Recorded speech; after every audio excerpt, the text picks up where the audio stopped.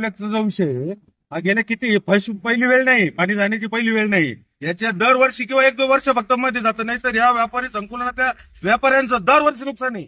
पण नुकसान काय होतं, एक दिवाळीचा पिरियड असतो, हे व्यापारी लोक माल भरून ठेवतात दिवाळी निमित्त, आणि हे जर असं पाणी नेलं म्हणजे त्यांचं काही लाख रुपयाचं नुकसान होतं. आणि आधी 4-5 वेळेस ह्या गोष्टी झालेल्या आहे.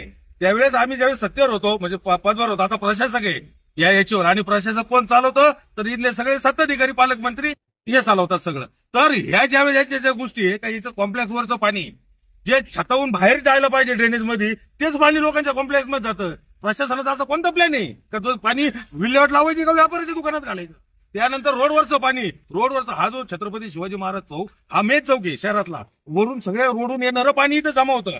मग जर तुम्हाला जर म्हणजे हवा मोठे आणि तुम्ही सवयची वाटेवर राहिले, तुम्हाला जर ज्यावेळेस कळतंय का पाणी आपल्याकडे फ्लो ज्यादा आहे, मग पाणी ज्यादा पास झालं पाहिजे, तुम्हाला ड्रेनेज मोठ्या करावं लागणार ना. त्या तुम्ही करतीच नाही, त्याच्यामुळे पाणी वाढणार कुठून?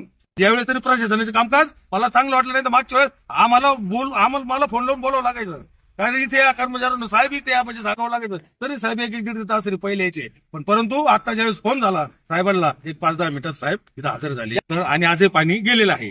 तर म्हणजे मला ह्या गोष्टी कुठल्याही प्रकारचं राजकारण करायचं नाही.